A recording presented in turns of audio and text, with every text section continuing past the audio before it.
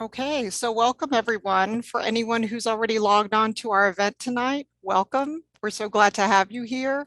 My name is Melissa Egan. I'm the Events Committee Chair for xMinds, and we are really pleased to have a live interview with Jordyn Zimmerman, the star of the documentary you hopefully just saw, This Is Not About Me. We'll be getting started promptly at 8 p.m., but thank you for being here. Okay, I have 8 p.m. on my watch. Dara, Gordy, Maria, Jordyn, are you all ready to begin? Okay, I'll go ahead and stop share. And Dara and Gordy, please take it away. Welcome, everyone. Thank you for joining us this evening. My name is Gordy, and I'm the co-chair of the xMinds Non-Speaking Autistic Students Committee, a non-speaking autistic, a recent MCPS graduate, and a student at Montgomery College. I'm also an advocate for the non-speaking community. That was a great film. I could personally relate as a non-speaker who also was not provided an effective way to communicate by my school system. Instead, I had to spend many hours outside of school developing my preferred method of communication, typing. Today, I have typed my thoughts and my mom is reading them to you. So tonight, we are lucky because not only do we get to see this inspiring film, but we get to meet Jordyn Zimmerman live and in person. Welcome, Jordyn. Thank you very much for being with us this evening and for sharing your story through this impactful film. I'm so happy to be able to hear Jordyn's thoughts on this magnificent film. I'm a huge fan and I want to be like her, doing great things for the autistic community. And now I turn it over to my co-chair, Maria Ott, to begin this evening's interview. Great. Thank you so much, Gordy. Before we begin, I have two quick announcements to bring to our audience's attention. The first is, if you are a Spanish speaker and would like to hear this part of the event in Spanish, please click on the interpretation icon in your toolbar and choose Spanish. The second announcement is there's been one small change. Should we have time at the end, Jordyn has kindly offered to take a few questions from the audience. So please put your questions in the Q&A box and someone from xMinds will read them aloud to Jordyn, time permitting. Hi, Jordyn, and welcome. I share Gordy's enthusiasm for your film, and I am so delighted to have this opportunity to be with you this evening. Without further ado, let's begin with our first question. At one point in the film, you show to the camera what looks like a PECS workbook you had been provided until you were 18 as your primary means of communication. The film clearly illustrated the ineffectiveness and inadequacy of this means of communication. Would you say you could have successfully used or learned to use your current iPad app prior to age 18? And if so, how would that have changed things? Hello, Maria. Thank you so much for having me this evening. I'm Jordyn, a white woman with curly brown hair past my shoulder. I am wearing a black shirt, sitting in front of a white wall, and my pronouns are she, her. Now to answer the first question.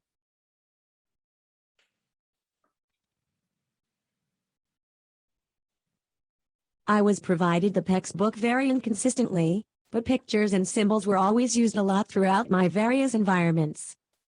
However, if I would have been properly introduced to an iPad or some other robust communication prior to when I was, at the age of 18, I definitely believe I could have learned how to use it. When I ultimately began using an iPad, while I was resistant to it at first, my hesitancy was more about having to carry it, so if a creative solution, such as a strap, would have been used with another device, it could have worked well. Of course, I can't go back in time to say for certain, but I was beyond ready for a reliable method of communication when I did start using the iPad. Wonderful, thank you. And it must have been so relieving to have that opportunity to express so many more of your thoughts and opinions with your current iPad as opposed to with the PECS workbook. So, question number 2. Were you taught how to read and or spell at school? And if not, how did you learn to read and spell? And at what age?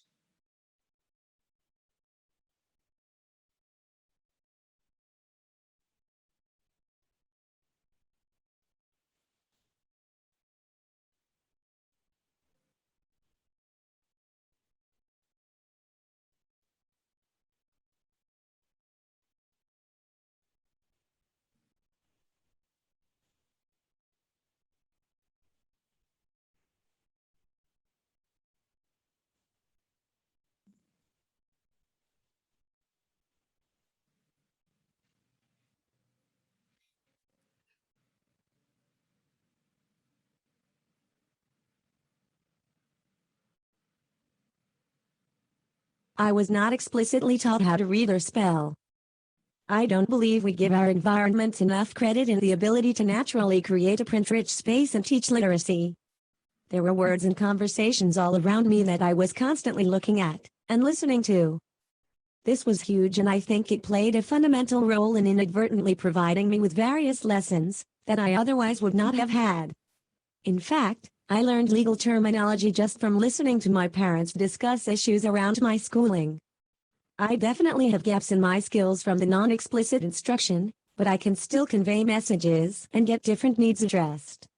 However, I know more words in my head than I can spell, and some words that I have visually seen, I can spell, but I don't necessarily know what they mean in every context. This is definitely one reason why explicit literacy instruction is important. Wow, that's fascinating, especially the part about legal terminology. That's really amazing. Okay, question number 3. It was so relieving to see how CARES presumed competence in you and found the most brilliantly creative ways to work with you, like the signs at the door or communicating with notes under the desk. What effect did that, at the time, new approach have on you? And can you walk us through how that gradually affected your psyche, your outward behavior, and your confidence?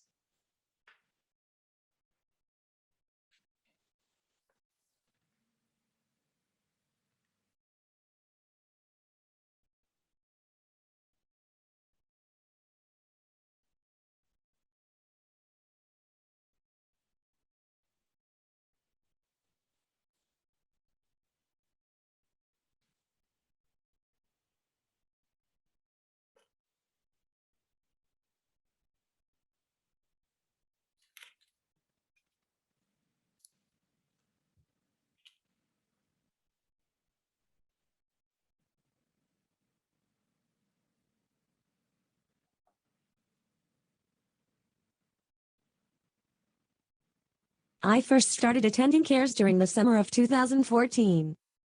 My local school district was struggling to find an appropriate extended school year placement, so my mom began visiting potential programs that she had found.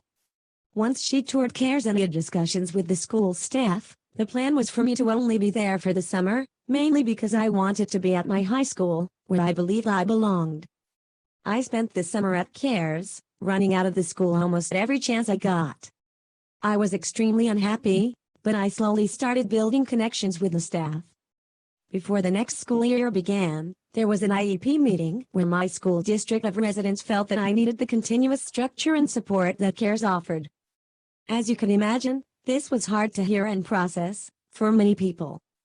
Ultimately, I attended CARES for 3 half-days each week and returned to my local public high school for the remaining time.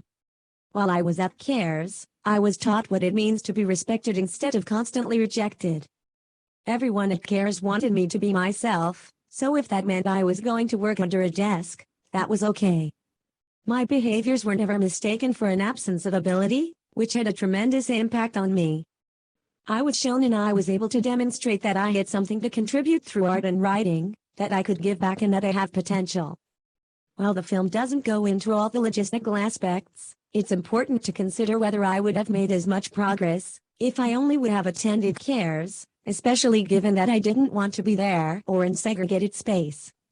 It's hard to say for certain what that full-time attendance may have looked like, and if I would have experienced success when transferring to Mentor High School for my final year. Wow. Amazing. Okay. Question number 4. What message, Jordyn, do you want to give to educators of non-speaking autistic students?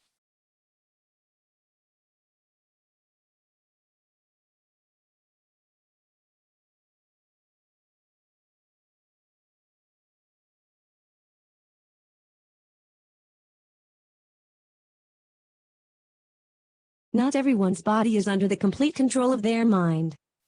We often know things, but are unable to show them for various reasons. Do not mistake that with the inability to understand. You don't know what a student is comprehending until they have reliable communication and adequate opportunities. Please presume competence.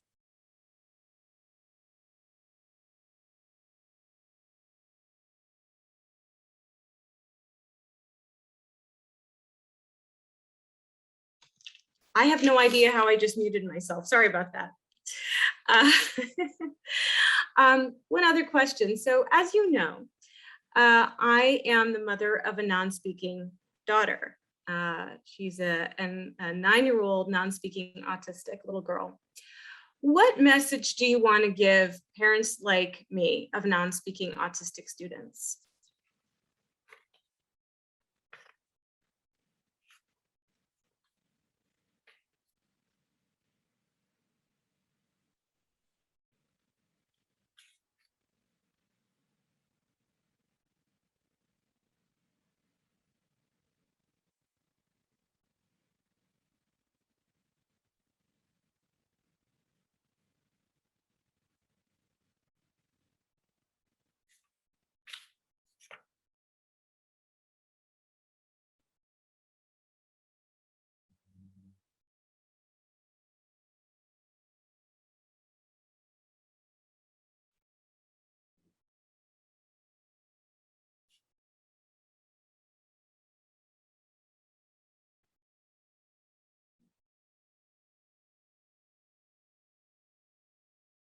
My story is only one story, but I recognize that it is one which is way too common. Please keep advocating for your child, knowing there will be rough moments, but that not every day is hard. It's very important to question people and push for change within the systems that continuously perpetuate our failure. That's great.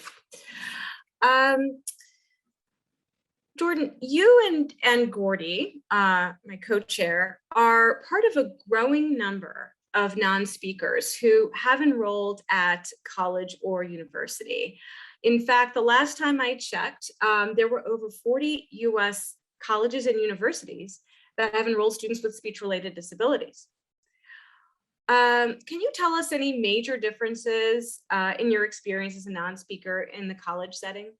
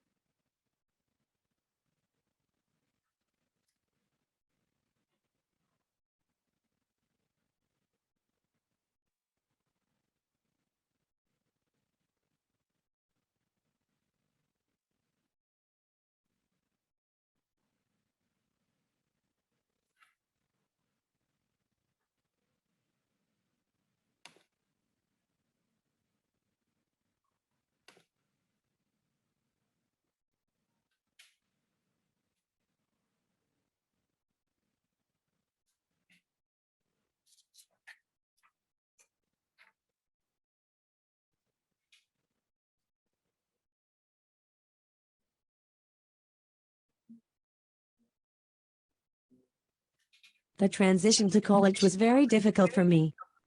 I constantly questioned what people thought my worth to be. Particularly during my first year, there were times when I would start typing, and the other person I was trying to gain the attention of would just walk away. However, I've seen improvements and professors are becoming more informed each year. College is amazing because you can be as interdependent as you desire. Can you explain what you mean by interdependent?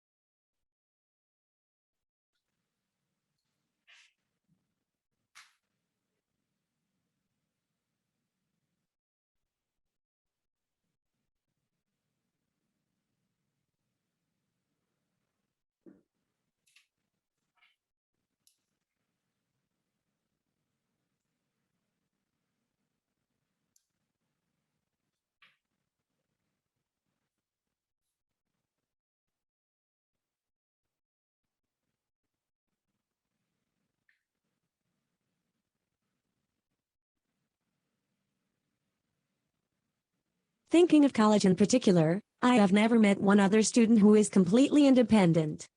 All students need the support of their roommates, friends, resident assistants, and professors to learn and develop. This is also true outside of college. We all rely on others to complete activities to fullness, learn information, and enjoy life. That's absolutely right. That's a whole other webinar in and of itself, I think. That's great. I could ask, I could sit here and ask Jordyn a million questions. This is so fascinating and amazing. But it looks like we have a fair number actually of questions in the chat and in the Q&A box. So I'll turn it over to someone from whoever wants to speak up at xMinds and who can read those questions to Jordyn. Absolutely. Thank you so much, Maria. Jordyn, thank you for taking a few questions. We did get one question from Kathy who says, my son is almost 19 and has been using Proloquo to go for several years, but is not using it to express his thoughts or ask things outside of what is programmed into the machine. Any thoughts on how I can help him type what is in his head?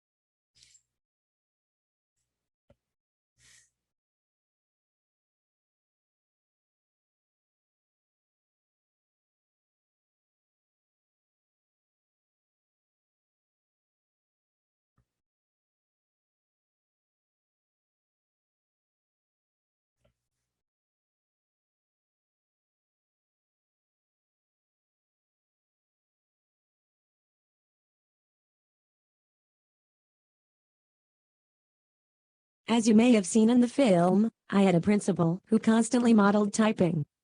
At the time, I was very overstimulated by any noise, so she typed when she wanted to share with me, ensuring I was watching her in some capacity. Modeling that is important and will also help literacy development. Thank you for that, Jordyn. We had a question from Angie. What was your experience in finding a communication app to use, and what did you use?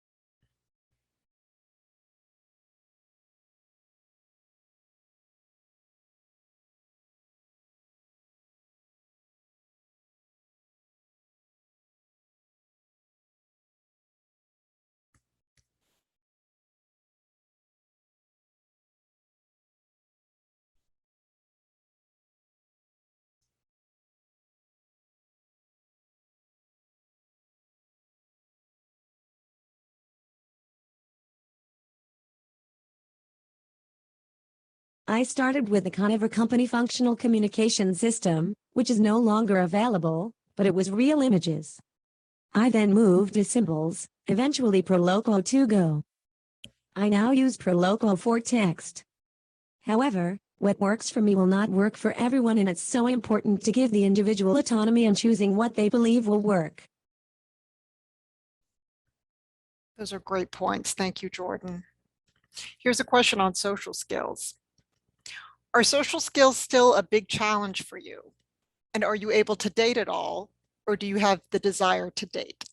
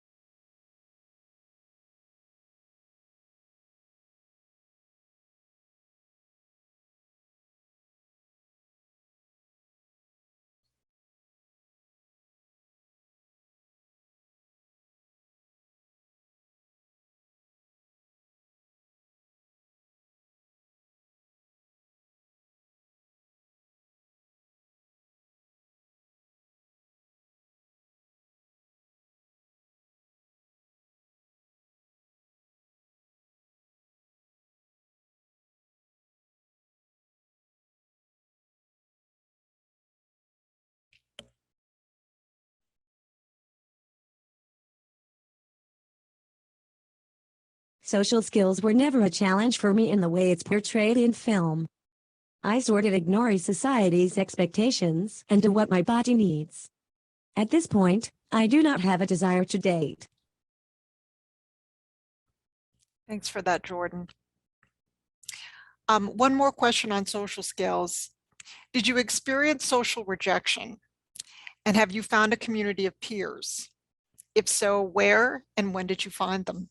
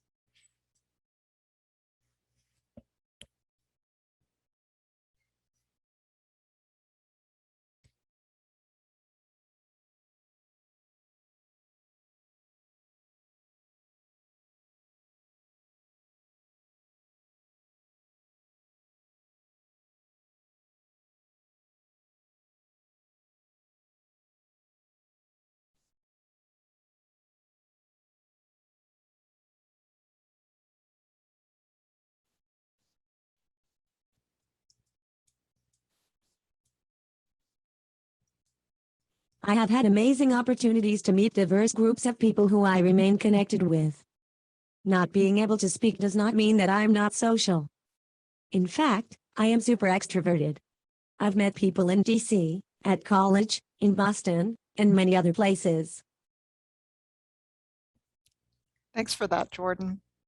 And let's end with the last one. An interesting question, and something that we saw a little bit of in the film. How does running help you? And do you think it would have helped you when you were younger?